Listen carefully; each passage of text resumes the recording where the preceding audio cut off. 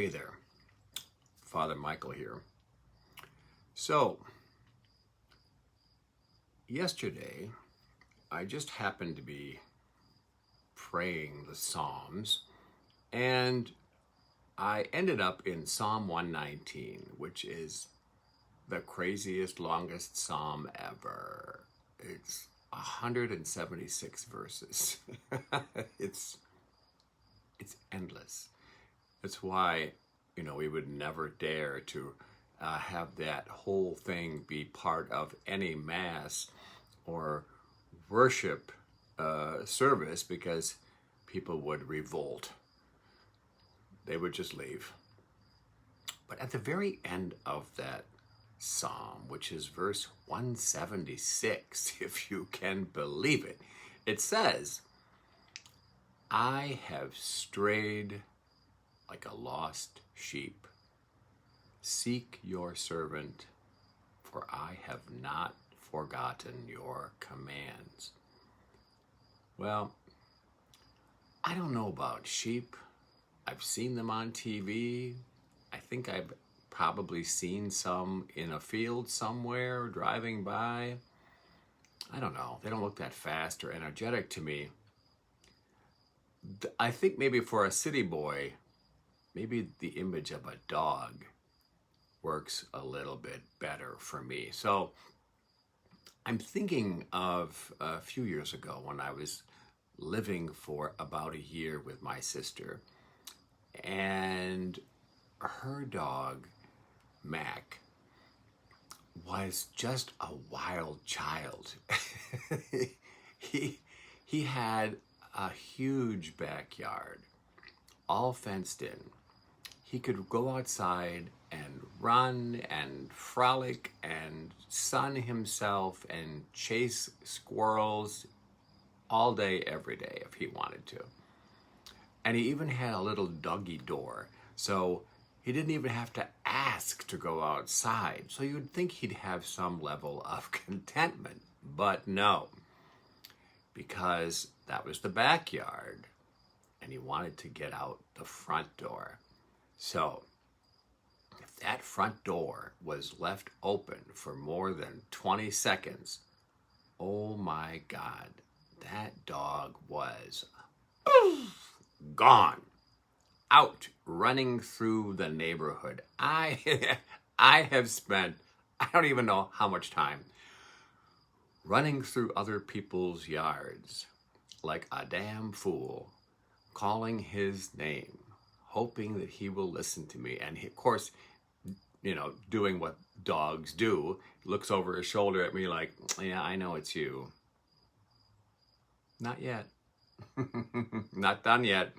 And so, my God, running through people's yards, calling his name, making myself look like a crazy man, driving around the neighborhood endlessly in my car, looking for any hint of a white dog running around, asking strangers for help, and all of that. And several times that was helpful. I actually did figure out where he was, and I would go and open the car door and call his name, and occasionally he would come to me, but he never let me actually catch him because he knew what I wanted, and he wasn't going to let me win that. But the crazy part was, and the annoying part, if a stranger in an unmarked van would stop and call him whatever name they made up, that dog would go to the stranger and jump in their vehicle, no questions asked. So annoying. So annoying. I can't even tell you how much time I spent chasing that dog. Well, that Psalm 119 says that we've all strayed like sheep.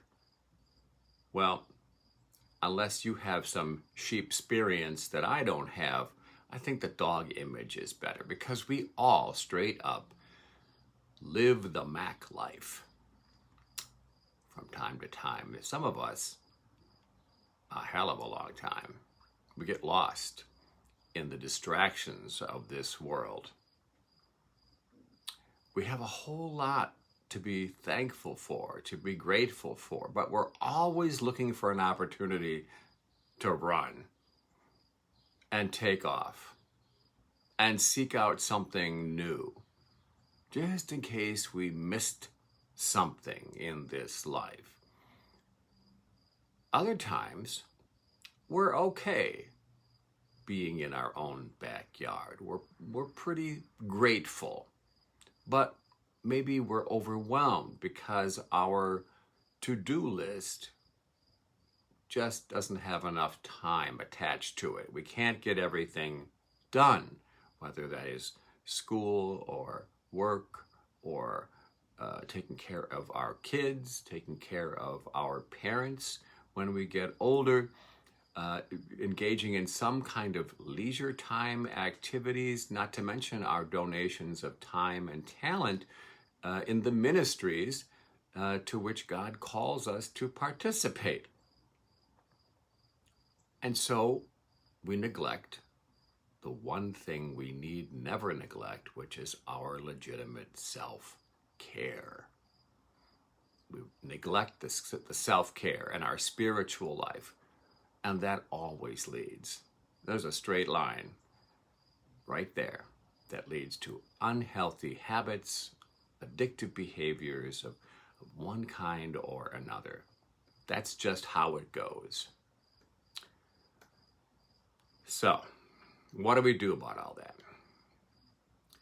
Thinking about that story in the Gospels of Jesus being the Good Shepherd is kind of a comforting story.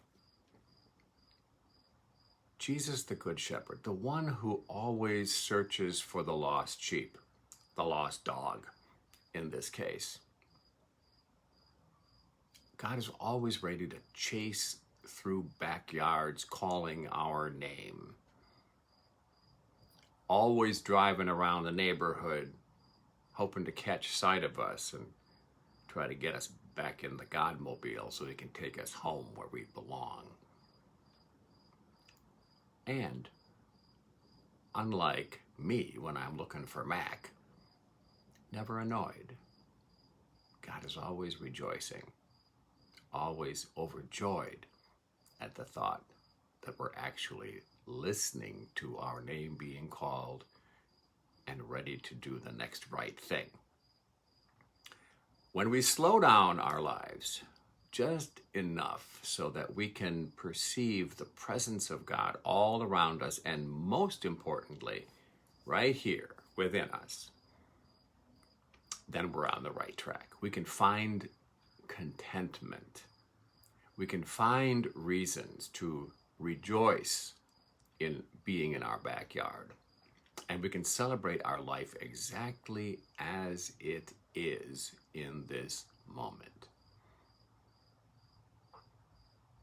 For real, though, it's God who searches and finds and brings us back every damn time. Just like I used to do for Mac. Just like the Good Shepherd always does for those darn straying sheep and dogs. Pray with me.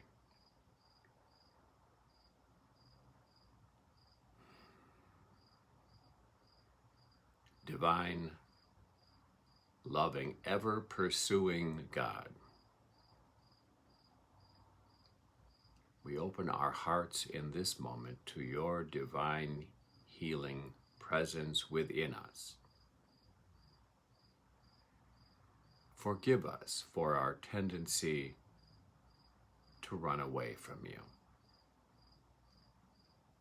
to believe sometimes that our fulfillment and happiness might be found elsewhere.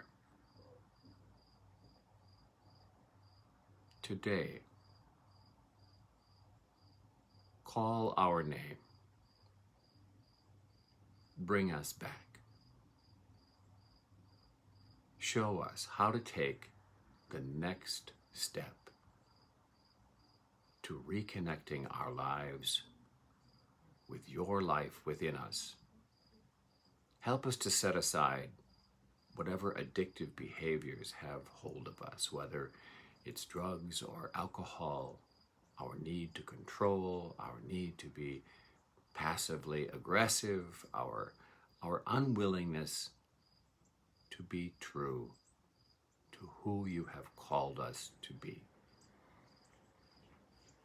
For all the times you have called our name and chased us down and gotten us back safely home,